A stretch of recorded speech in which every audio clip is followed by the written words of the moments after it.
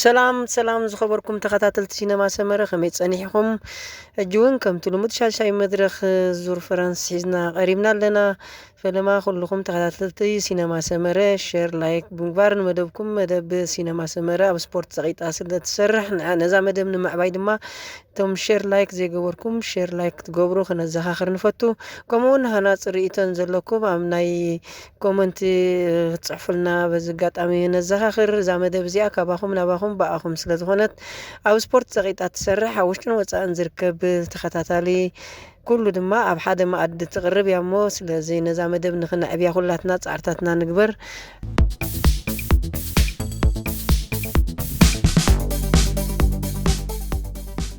راي أبيل فلما كمي تنيحها እግዚአብሔር መስገን ሳንዲሓዊ ጽቡቅ ሻሻይ መድረኽ ቱር ዲ ፍራንስ 200 ዝሸፈነ ውድድር ኢና ክንከታተል ጸኒሕና ብወገን ካስከብል ትዕዝብትኻ ከመይ ነበረ ናይ ሎማዓንቲ ብጣዕሚ ጽቡቅ ውድድር ነይሩ ኣዘናጊዕና ብጣዕሚ ጽቡቅ ከም መጀመርታት ብሬክ ኣዌይ ብትክክል ናይ ብሓቂ ትክንሪኦ እንደሊ ኣብ ቱር ዲ ፍራንስ ኣብ ዝሓለፈ ተንኪፍናያ ዝነበርና ማለት እዩ ብብሬክ ኣዌይ ክውድእ ዝግብኦ ዝነበረ ካልእ ሳዕቤናት ከርኢ ተገዲዱ ማለት እዩ ብነጥቢ በዓል ታዲቦ ቋቻ ንቅድሚት ንክመፁ ገለ ዝገበሮም እቲ ናይ ብሬክ ኣዌይ ዝሕል ኢሉ እዩ ጀሚሩ ከምዚ ንዳርጋ ንቀጠልያ ማልያ ናይ ኮሚታት እዩ ኢሎም ገሚቶሞ ነይሮም ድኾኑ ወይ ከዓ እቲ መደባቶም ከመይ ነይሩ ፈለጥናን ናይ ብሓቂ ቱር ዲ ፍራንስ ዝመስል ውድድር ግን ሎማዓንቲ ርኢና ማለት እዩ ብዝያዳ ከዓ ናብቲ ውሽጢ ምስኣተና ንሪኦ ጽቡቅ ኣቢስከ ከም ዝበልካ ካብ መጀመርታት ሒዝናይና ነታ ናይ ቀዳመይቲ ኢንተርሚዲየት ዝነበረት ነጥቢ ናብ ረብሓ ቢንያም ንምውዓል ጋንታ ኢንተርማሽሎሞ ካብቲ ናይ ዝሓለፈ ፍልይ ዘብሎ ኣብ ቅድሚት ተሰሪዖም ኣብ ምቕላስ ኢና ተዓዚብናዮም ከምኡውን ሊድል ትረክ ሓደ ተቐዳዳማይ ምስኦም ብምሕዋስ እጃሞም የበርክቱ ነይሮም ንመን ተርብሕ ነይራስከ وتغكل تحجيج كان مجمرت تجمروا تي مزوار تريناهم لما عند حجي بحلفنت يا انترمارش يا نتاي حلفنت تسكيماتو نيرا امونغو ان شاء الله حجي يواصوم دو صبق ديو كمز ديو قالنا انا يكونن ولا انتم كومنتاتورز كيترفي كاتعم نيرو مالتي وتغكل صبق لو سانزول نيرم ولا انا بوغني وتغكل بقى معناتو كنت انت هتكبر امصي خمونا بزي كم تيم لما انتي صبق اريمنا بينيام دما اتزمصلو ريزالت وحد ايكونن انا خري خلخ وحد ايكونن توالدار خوينو قريبلو ستيج نترخيبو مزي اتي زغاطمو خنتات نرايخا اتي كغبرو زغبو اي طفوني اي بلني لعلينا تعود كم زدليو رغطنيات كويناينا بقى يسعرالو يسعر دمالو كالاي سالساي غلا دما بلص وصيتيو حجي እዚ እንታይ ይርኢና ሎ ማዓንቲ እቲ ካፍታ ጋንታን ጽበየ ነገር ግን አርያትና ጽቡቅ እስከ አቤል ጋንታ ኢንተርመርሽ ካብቲ ናይ ቅድሚ ሕጂ ከም ዝንገልጾ ዘለና ጽቡቅ ተሰሪዖም ኣብ መቕላስ ነይሮም ሊድል ትረክውን ሓደ ተቀዳዳማይ ኣብ መንጎ እንዳሰደዱ ምስኦም ኣብ ምብርራይ ነይሮም ብወገን አልፌሲን ግን ካልኣይ ኮይኑ ኣብቲ ናይ ኢንተርሚዲየት ቫንደርፑል ተዓዊቱሞ ብናቶም ቅልስ ዝቆለስዎ ኣብ ረብሕኡ ኣውዒልዎ ነጥቢ ክባቢልዎ ደንብል ما عجنت أخوي أنت هيدي خوي نمسيلك تين قانتاتي تي استراتيجيات تنسي فعلا ليون بالنيرنا مش الله أجنابنت تيم ميرلر حجنابنت أفتا قانتا من الله مسيلك زي ريمكو إيفانو بلالو أشتا قانتا أبزوريا من تهنت نجيكم عينت أيكون إنترمارسي أنت يا مولا بيني يا مالو بقى من هذا بعد سيج هانترست كله خليهم كم زهجنا عملت لما أنتي بنهيل زرعنا كوم ستيج هانترز كله يوم أفتاقانتا رقص إيزي جن نالبات نوع متعم وبطاخ صاب درخو جن إذا خمس ريال نازود درما كوم عين الزفكر أيقونن ولا بز أقامودا تدرانه يو فترة قاب أكمل يجرم شوفونه أفتى أقامودا ستيج هانترز كتب كلها أنت عين عقم دلهم تساتي حيز كله خاص دري أتي كغبرو زغبኦም ሎ ማዓንቲ ስለ ዝገበሩ ቫንደርፑል ናቶም ስራሕ ኣይኮነን ሕጂ ስትራቴጂ ቀይሮም ቶም ጋንታ እሱ ከዓ ንዓርኽ ይበይሉ ዝድቅስ ሰብ ኣይኮነን እቲ ክገብሮ ዘርኣየና ናፍቲ መወዳእታ ዘርኣየና ሲ ንኣብነት ሎ ማዓንቲ ሕጂ ክንትንክፎ ተራ ኮይና 6 ሰብ ይምሃድዮም ነይሮም ድሓርዮም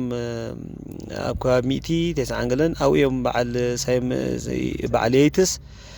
ነጢሮሞም 8 ኮይኖም ቁፅሪ ከምኡውን ካልኦቱን ክነጥሩ ብዙሓት በዓል ቪክተር ናይ ጃምቦ ቪዝማ ገለመለ ክነጥሩ ሓስቡ ነይሮም ግን ኣጋጣሚ ከምኡ ዝፈቅድ ኣይነበረን እታ ፔሎቶን ሒዛቶም ንዖም ሓቂፋን እቶም 8 ጥራሕ ንክኸዱ ፈቂዳትሎም ኣብኡ ምስ ከዱ ከምኡ ኢና ንብል ነርና ናርኣና ከልና እንታይ ዓይነት ዓቕምታት ከርእዩና እዮም ኣብቲ ቅድሚት ንቫልነርፑል ሒዞሞ ናብ ፊኒሽ ይበፅሑ ዶ ኣይበፅሑን እዚኣ ነይራታ ሓሳባት ከይዱ ሽዑ እንታይ ርኢና ናብ ናይ ብሉፅ ብቕዓት ናይ ስቴጅ ሃንተር ኮይኑ ሎማዓንቲ ከመይ ዓይነት ብቕዓት ርኢና ቤን ሄሊ ኣብቲ እጅት ምኻዱ ጥራሕ ዘይኮነ ስጉምቲ ገና ቀልጢፉ ምውሳዱ ገሪምና ነይሩ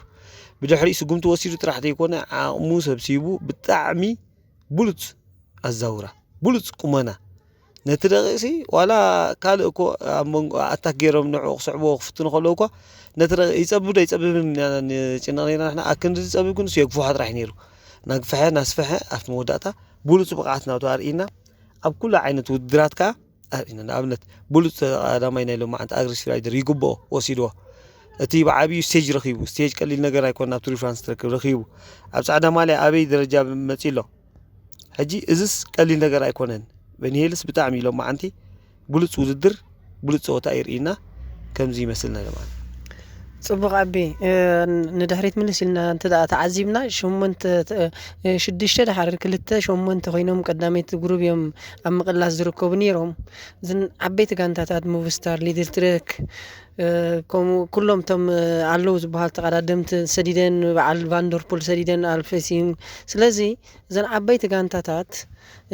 ብድሕሪት ኣብ ምቕላስ ኣብ ኤኤ ጥራሕ ተሓፂሩ ተሪፉ ኢልና ዶ ክንድምድም ንኽእል ምክንያቱ እተን ሓንቲ ኤኤፍ ንበዓል ሄሊ ሰዲደን እየን ቫንደርፑል ሰዲደ ኣልፌሲን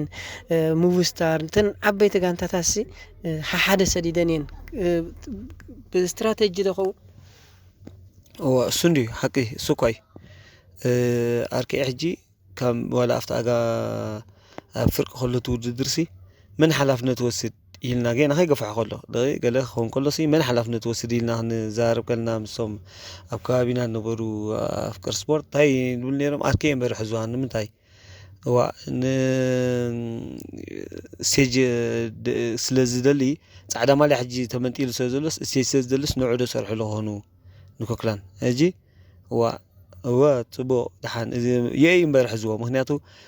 የትስ ከይድሎ እቲ ግዜ ናገፍሐ ከይድ ከሎት ናይ ጋንታ ከዓ ኩሉ ስለክጥር ንፈትለሊ ናይ ጋንታ ይኸዳ ኣሎ ከምኡ ናበልና የትስ ንስቴጅ ሃንተር ዶ ይኸውን ስቴጅ ዘደልዩ ከይዱ ስቴጅ ዊን ደይደሊ ኣይደ ተፃዋታይ መቸም የለን ንስራና ግን እቲ ብሉፅ ብቕዓት ናይ ቤን ሄሊ እጅ ሎማዓንቲ ብሉፅ ብቕዓት ናቱ ጥራሕ እዩ ዝያዳ መሲጥና ማለት እዩ ካልኦት ብዙሓት ተቐዳደምቲ ፅቡቕ ውድድር ዘርኣዩና ሎማዓንቲ ብዙሕ ቅልስ ዘርኣዩና ኣለዉ ግን ቀንዲ ናቱ እዩ ሕጂ ካልእ ከዓ 3 ማልያት ማልኽ ሕዝ ከሎ ታዲ ቦቃጫ ሎማዓንቲ ግን ኣብ ማልያታት ዝነበረ ለውጢ እሱ እዩ በቃ ብጣዕሚ ከዓ ዝምስጠካ ማለት እዩ በጀካታ ናይ ጻዕዳ ማልያሲ ኣብ ናይ ዓቐበት ወዲ ጋንትኡ ቲሙለንስ ምንጢ ወሲድዋ ኣብ ናይ ቀጠልያ ማልያ ከምታ ግብእቲ ናብቲ ናይ ሽኳ ተቐዳማይ ናብ ጆናታን ሚላን ተመሊሳ ብጫ ማልያ ቫንደርፑል ብሓን ሰከንድ እዚ እንታይ ዘርእየና ሕጂ ኩሉ ግዜ ፔሎቶን እያ እቲ ዝነበረ ጋብ ከመይ ገይሮም ሒጦሞ ኣጋጣሚ እቲ ስእሊ ግን ሎማዓንቲ ሕጂ ደሊና ነርና ስእሊ ከርእዩና ነይሮም መን ይስሕብ ነይሩ ከመይ ነይሩ እታ ዓባይ ጉጅለ እታ ፔሎቶን ከመይ ትኸይድ ነይራ እሳ ደይምርኣይና ጥራሕ ትርኢ ኮይኑ እቲ ካልእ ኩሉ እቲ ክንሪኦ ዝግባኣና ዓቕምታት ናይቶም ተቐዳደምቲ ርኢና ኢና ሓንቲ ብዚኣ ከይጠቐስኳ ሓልፍ ዘይደሊ ቫንደርፑል ግን ሃልኪ ዘብዝሕ ዘሎ ኮይኑ ይስማዓኒ ንዝመፅእ ውድድራት ከመይ ከመሓድሮ እዩ ቁርብ ርግእ ኢሉ ነቲ ናይ ቀጠልያ ማልያ ነቲ ዝፍጠር ዓቐበታት እናረኣየ ንዑ ዝምጥን ቦታታት መሪፁ ገለ ነገር ክገብር ክንዲ ዝፍጥን ከምዚ ሎማዓንቲ ዝወሰዱ ሃልኪ ሕጂ ኣብ ዝመፅእ ክፀልዎ ዝብል ግምት እዩ ዘለኒ ጽቡቕ ኣብ ቫንደርፑል ካብ መፃና ኣብ ማልያታት ይወዳደር ኣሎ ዓቕሙ ዘፍቅዶ ንሪኦ ኣለና ዓቐቡ ናብቲ ንኣሽቱ ምስኦም ደይቡ ክረባረብ ንሪኦ ኣለና ብሓደ ደቂን 28 ካልእቲን ኣብ ብጫ ተፈልዩ ነይሩ ካብ ፖካቻ ምዛ ዝሃደመት ዘምለጠት ግሩፕ ክኸይድ ከሎ ፈቒዶምሉ እንደገና እንታ ግዜውን ክሕልዋ ጀሚሮም ድሓር ግን ቀስ ብቐስ ከይዳ ሸተት ኢላቶም ናብ 6-7 ተገማጊማ ክሳብ ክንዱ ዕድል ንቫንደርፑል መሃብ ነተሪፉ ዘሎ መደብ ስለ ዝሪኡ ዘለዉ የዋፅኦም ምዃኑ ስለ ዝፈልጡ ድዮም ክሳብ ክንዱ ዕድል ሂቦሞ وسائل حقي هنياتو أزيو بمزل ودراسي أفتح بيت عقبات كجبر زخل انتهى عن تعامل له مني وخيدو هندو زق فعزل له جلس لازم قموسي والحنت هاي شجرمني انتهى أني جن تي نحنت معلت ولا زفك دايما سلني يروح جمر كله تريبو قجاز ولا نحنت السيج جلس من البعض نايميدا تات تي عصرت جزية مجلس صادق بردلو تريتو تات جالري تري كوينو لما عندي خمزي تعيرهم أي كدحون فلافت مودا تا 10 كيلومترات سي كم ياخذني يوم أي رأنا يمن أبز حجي إنتاج أنت عزيبة أبز حلفة جزية زي تنكفنا أنت أهلي نزول الدرات كم جمرتها تادي بوقاجة أيكون زنقل زولو نتي سبورتا وهلخ ولا نتي مهدان كم غانتا كم تيمن كم ولك دما يوناس فينجاردن جامبو فيز ما يحيزات تزلا ولا تمجمرتا كروس وين دخون كله سيا جميراتو بدحريز نبره ترينايو بليد اوت ناي جامبو فيز ما يدي جمر زلو بدحريوم كاونتر اتاك يم تقوم زلو بعل تادي بوكا تشامبر افت مزوار كتري خلاها بقى دحر هندل خافت يا حنتي ستيج رانا مال تدي كوينو جامبو فيز ما حجي كم بمجمورتو خجمر وزدلي دحر يافت اغا موداتا ناي اندرانس فللي امونغونا خفتري خريلوم زحسبو خوين سمعني بزياده خا قصنا بلناخا خنرينا صبغ ابيل ابزا اتقيم مسكودو بين هنلي ناي بحق تادوسدا وسانه صبغتيا ادمعتك اخوينا حدا غزي ግን እንታይ ትብል 33 ገለን ኪሎሜትር ኮሎ ሙኸአ ነታ ምስኡ ዘላ ግሩብ እዩ ብኮንፊደንስ ርእሰ ተኣማምነት ኣጥቅዕዋ ኸይዱ እሳ ኸይቱ ውሕጦ ካልእ ሃልክ ኸይመጽእ ኣብ መንጎ ስግኣት ነይሩ ከመይ ትገልጻ እዚኣ بين هيلي እሱ እንታይ ለመገለጽኩ ሲልካ ናይ ሎማ ዓንቲ ዓቕሙ ዝፈልጥ ተቓዳማ ኢለ መገለጽኩ ዋላ ከምቲም ክሬም ኮለኹሲ ካብ ሽዑት ሒዙ መጥቃዕቲ ወሲዱ እቲ ድዝውሮ ነበረ በቃ እሱ ይትካይዱ ብጣዕሚ ጽፉፍ ነይሩ ጽቡቕ ኣካይዳ ነይሩ ሓውሲ በቃ መደቀሲ ዘይነበሮ ታይም ትራያሊስት ኮይኑ ስማዓካ ልክዕ ታይም ትራያል ጎልጎል በሎ ዓቐብ በሎ እቲ ኣካይዱ ብጣዕሚ ጽፉፍ ዓቕሙ ዝፈልጥ ተቓዳማይ እቲ ኸንጽፎ ዝግብኦ ጋብ ኣንጺፉ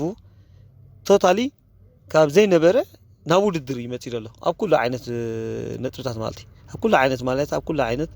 በቃ ትብቃዓቱ ልዕሉ ኩሉ ኣይሕጉሽኒ እሱ ትክክል እንቋዕ ወሰነ ካብ ዝበሃሉ ተጻወቲ እንቋዕ ኸደ ካብቶም ተቃደምቲ ኣብ ሎም ዓመት ዋላ ካብ ዝሓለፈ ካብ ዝረኣኽዎ ሓደ እዚ እዩ በቃ ብሬካ ወይ ኮ ብዙሕ ፍጠሪ መጀመርታ ሽዑት ጋብ ተንጽፎ ኣፍታ ኣጋም ወዳእታ ነቲ ጋብ ናጽፎ ብልካ ገለ ይዝውዳእ ሎም ግን ብጣዕሚ ጽቡቕ ዝኾነ ብቕዓትን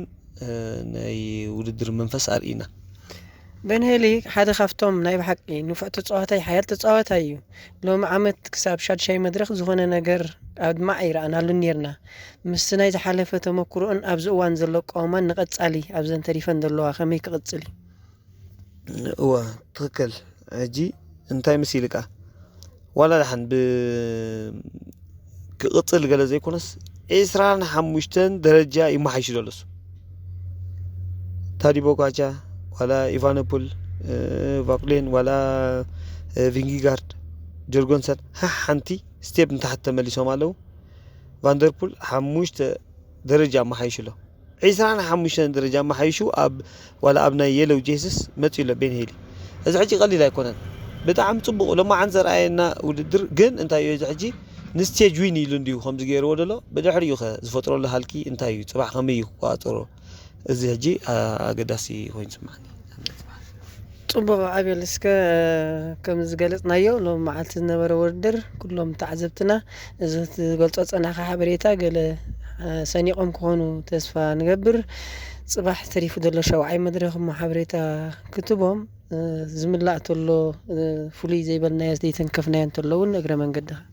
شاعي مدرخ هجي انتي سيتقبلك يا كيلومتر 295 يحجي بزعي كلتن قوي خاص صبعيتو خا 295 بزح كيلومترو نوي خموهان متن كفدرو زخل صلوا يرداكاي صلوا خفتري افتي نهي تقادم تبقعت كاب حجي ننيو مستي توددر قلتي مجمارو لوز ناغور زمو تصاوتي كله يم زاسوي خاب زاني بعد بنيام ذاتوا جروب 30 دحير ازمصت ازيو بزح قطري مصي مالتي እንታይ ሕጂ ክዕርፉ ዝደልዩ ኣብ ስቴጃት ዕሪፎም ኣብ ገለ ስቴጃት ከዓ ንስቴጅ ዊን ክገብሩ ገለ ሃንት ክገብሩ ገለ ኢኻ ትፅበ ግድን ሕጂ ሻውዓይ መድረኽ እንታይ ተኾውን ኣላ 195 ኮይና ኣብ ከባቢ 137 ኪሎ ሜትር ናይ በዓል ቢንያም ስፕሪንት ላ እሳ ግን ዓቐበት እያ ከምቲ ኣብቲ ስእሊ ስኢሎሞ ዘለዉ 3.7% ትዕቀን 1.7 ኪሎ ሜትር ከዓ እቲ ቁመት ንውሓታ ኢናታ ሕጂ ስለዚ ኣብኡ ሰሪዖም ኣለዉ እታ ኢንተርሚዲየት ነጥቢ እትወሃብ ማለት እዩ ናይ ሹካ ስለዚ እዚ ሕጂ ንበዓል ቫንደርፑል ንበዓል ቢንያም ዝያዳ ዝርባሕ ኮይነ ኣነ ረኺበ ኣለኹ ሚለር ዋላ ሚላን ኣብዚ ክረብሑሉ እዮም ኢለ ኣይግምትን ኣነ ካብኡ ሓሊፍና ኣብ 184 ከባቢ